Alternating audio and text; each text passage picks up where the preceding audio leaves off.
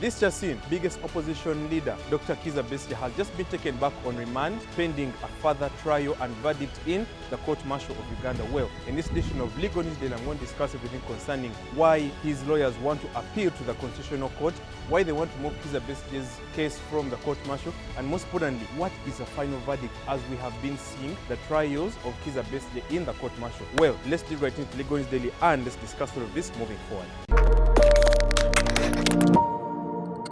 Hello everyone, welcome to Legal News Daily. I'm your host Terry Kahuma on this channel. I'm going to discuss three major issues. Number one, why is it that Martha Karua, Elias Lukogo and the other lawyers want to appeal Besigyes' case? Number one, they are still insisting on the fact that the court-martial does not have jurisdiction to try Dr. Besigyes. Now, this is a very controversial issue that I'm going to discuss in a brief second. Number one, on the side of the court-martial, they're saying that under the UPDF Act, they have the grounds and the jurisdiction to try Dr. Besigyes because he is still on the reserve forces. Even if he's a retired colonel in the army, when you are retired in the army, still you're put in the reserve forces. So meaning at any time, they will need you, meaning that he is still in the army, and that's why they have jurisdiction to try him.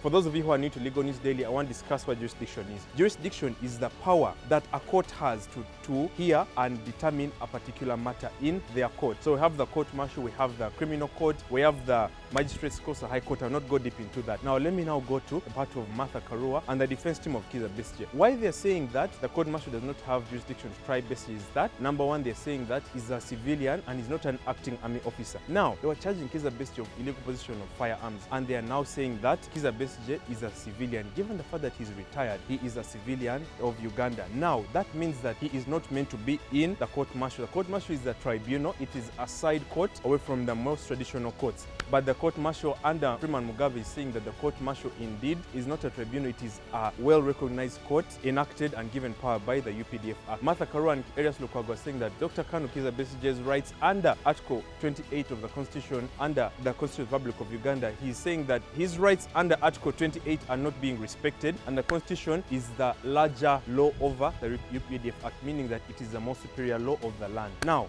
secondly, they want to appeal the case into the Constitutional Court, which is the Court of Appeal. They are saying that because they believe the Uganda People's Defense Forces, which is the one which takes the biggest precedent over the military tribunal, is number one biased. They were the ones that abducted him from Kenya during Martha Karua's book launch, and most importantly, they are not judging Dr. Besigyes under free and fair trial under the principles of natural justice enshrined under Article 28 of the Constitution. So therefore, they wrote an application to Freeman Mugabe and the other judge advocates of the court-martial, where they were saying that, you know what, we are requesting that we take this case to the Constitutional Court because we believe you people are biased and you're not trying Besigyes fair.